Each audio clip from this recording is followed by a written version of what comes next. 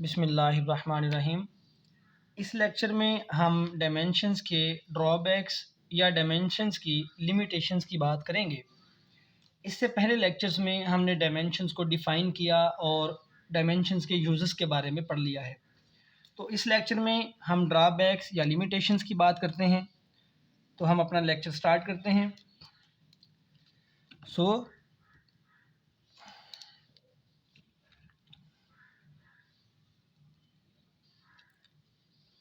With the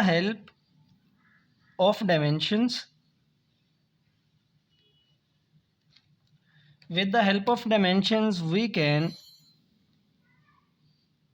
derive a formula. But dimensions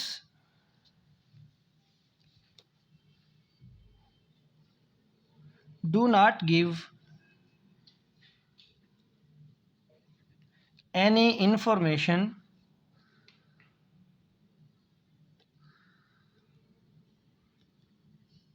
about the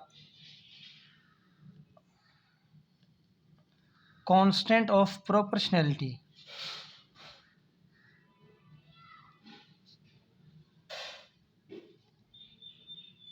that may appear in the formula. Dimensions की मदद से हम किसी physical quantity का पॉसिबल फार्मूला डिराइव कर सकते हैं अगर हम ये जान लें कि कोई फिज़िकल क्वांटिटी किन फैक्टर्स पर डिपेंड करती है।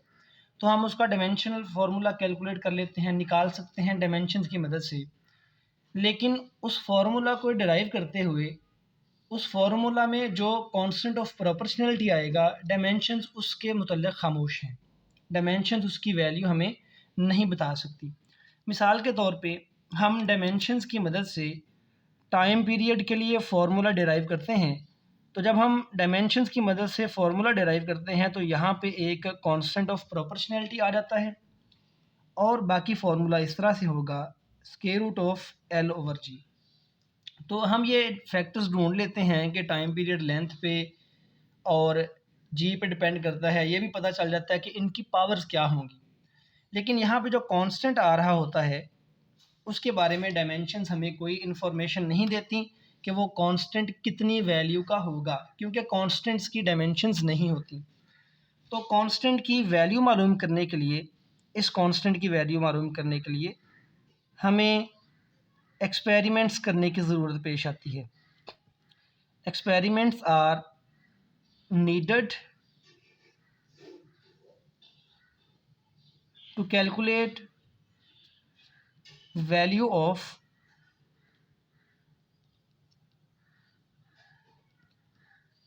Proportionality constant. हम डायमेंशंस के मेथड से किसी फार्मूला के अंदर आने वाले प्रोपोर्शनैलिटी कांस्टेंट की वैल्यू नहीं निकाल सकते। एक ये इसका बहुत बड़ा ड्रॉबैक है। सेकेंडली, हम डायमेंशंस की मदद से किसी फिज़िकल क्वांटिटी की मैग्नीट्यूड नहीं बता सकते। So dimensions do not tell us about the magnitude of a physical quantity। कोई भी फिज़िकल क्वांटिटी कितनी मैग्नीट्यूड की है, उसकी न्यूमेरिकल वैल्यू कितनी है, डायमेंशंस हमें ये नहीं बता सकती। डायमेंशंस हमें सिर्फ ये बताती हैं कि फ़िज़िकल क्वांटिटी है कौन सी, उसकी क्वालिटेटिव नेचर क्या है, वो किन बेस क्वांटिटीज़ पे डिपेंड करती है। तो दूसरा ये इसका ड्रॉबैक है। थर्ड वन ये है कि हम डायमेंशंस की मदद से फार्मूला तो डिराइव करते हैं, लेकिन उसकी भी लिमिटेशंस हैं। हम हर फार्मूला डिराइव नहीं कर सकते। तो ये नोट कर लीजिए।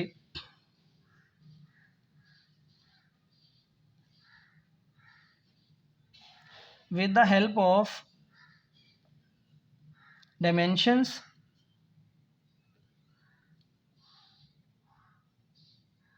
We can not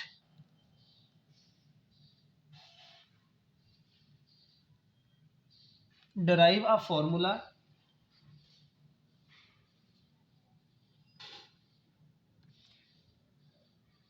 that is we cannot find a formula of physical quantity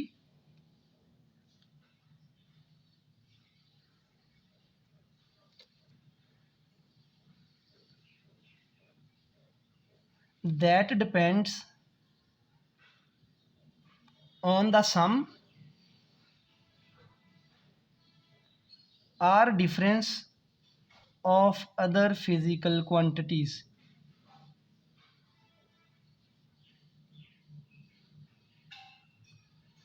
हम कोई ऐसा फॉर्मूला डिराइव नहीं कर सकते जिसमें जो फिज़िकल क्वांटिटी है वो कोई दो या दो से ज़्यादा फिज़िकल क्वांटिटीज़ के सम या डिफरेंस पे डिपेंड करती हो।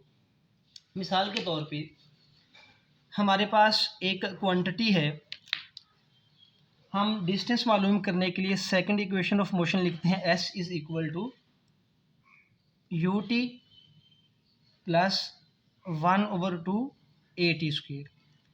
फॉर्मूला डिराइव करते हुए हम डायमेंशंस देखते हैं कि किसी इक्वेशन में दोनों तरफ डायमेंशन सेम होनी चाहिए। अब ये फॉर्मूला दुरुस्त है, हम जानते हैं, लेकिन डायमेंशंस की मदद से हम एग्जैक्ट इस फॉर्मूला तक नहीं पहुंच सकते। हमें नहीं मालूम कि यहाँ पे आगे भी कोई और फैक्टर्स ऐड हो रहे हैं या सब्ट्रैक्ट हो रहे हैं। मिसाल के तौर पे मैं यहाँ पे एक टर्म माइनस कर सकता हूँ, c t. C speed of light है, टी टाइम है। जो इस क्वांटिटी की डायमेंशन है वही इसकी हैं और वही इसकी हैं, तो डायमेंशनली तीनों क्वांटिटीज सेम है। ये दो सम हो रही हैं, ये माइनस हो रही है, तो हम ऐसे फार्मूला लिख दें तो भी डायमेंशनली करेक्ट है। हम सिर्फ इतना फार्मूला लिखें तो भी ये डायमेंशनली करेक्ट होगा। तो हम डायमेंशंस की मदद से एक ऐसा फार्मूला डिराइव नहीं कर सकते जो दो या दो से ज़्यादा क्वांटिटीज़ के सम या डिफरेंस पर मुश्तमिल हो। मैं यहाँ पे इसको प्लस भी कर सकता हूँ, तो ये फार्मूला भी डायमेंशनली करेक्ट है। ये टर्म ना हो तो भी करेक्ट है। इस तरह की चार टर्म्स और ऐड कर दें या सब्ट्रैक्ट कर दें तो भी ये फार्मूला डायमेंशनली करेक्ट होगा। तो इस तरह से अगर हम डायमेंशंस की मदद से ही देखें तो मे भी सिर्फ हम इतना फार्मूला डिराइव कर लें, सिर्फ हम यहाँ तक पहुँच सकें, क्योंकि डायमेंशनली ये इक्वेशन करेक्ट होगी। तो डायमेंशंस की मदद से हम सिर्फ इसी फॉर्म तक पहुँच सकते हैं या साथ कोई नंबर ले सकते हैं। आगे कौन कौन से इसी तरह के फैक्टर्स ऐड या सब्ट्रैक्ट हो रहे हैं, डायमेंशंस हमें ये नहीं बताती। अब आप ऐसा कर सकते हैं अपनी आसानी के लिए, चेक कर लीजिए, ये इक्वेशन भी डायमेंशनली करेक्ट है, ये भी डायमेंशनली करेक्ट होगी। ये टर्म हटा दें, जो एग्जैक्ट फार्मूला है वो भी डायमेंशनली करेक्ट होगा।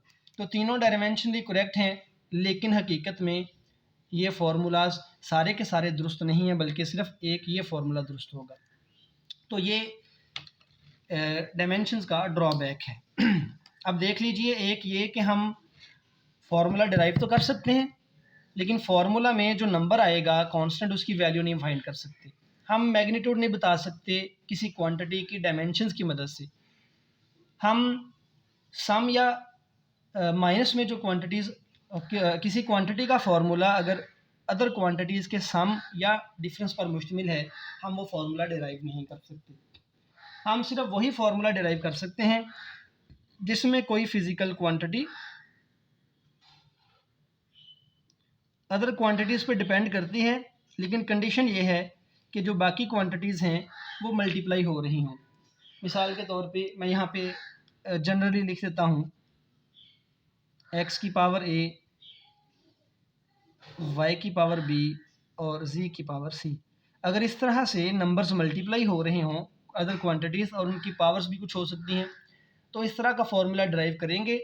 हम ऐसा फार्मूला ड्राइव नहीं करेंगे जिसमें फ़िज़िकल क्वांटिटी को हम ऐसे लिखें कि वो x प्लस वाई माइनस जी माइनस एम सम या डिफरेंस भी हो, तो ऐसा पॉसिबल नहीं है कि हम फार्मूला डिराइव कर सकें। इस पे डिटेल से बात करनी हो तो आप एक और लेक्चर देख लीजिए। इस पे भी मैं एक लेक्चर बना दूंगा जिसमें हम देखेंगे कि हम सम या डिफरेंस में क्यों नहीं कर सकते। मुख्तसर मैंने बता दिया कि डायमेंशनली ये फॉर्म करेक्ट है, लेकिन दोनों फार्मूला दुरुस्त नहीं है, सिर्फ इतना फार्मूला दुरुस्त होगा। तो डायमेंशनली हम यहाँ तक तो पहुँच सकते हैं, आगे कितने फैक्टर्स हैं वो हम नहीं बता सकते।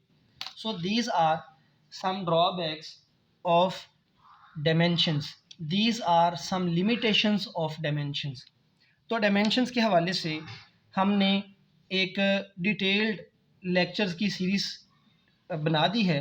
आप शुरू से लेकर तमाम लेक्चर्स को देखें तो आप डायमेंशन से मुतल्लिक कोई भी क्वेश्चन बहुत आसानी से हल कर सकते हैं।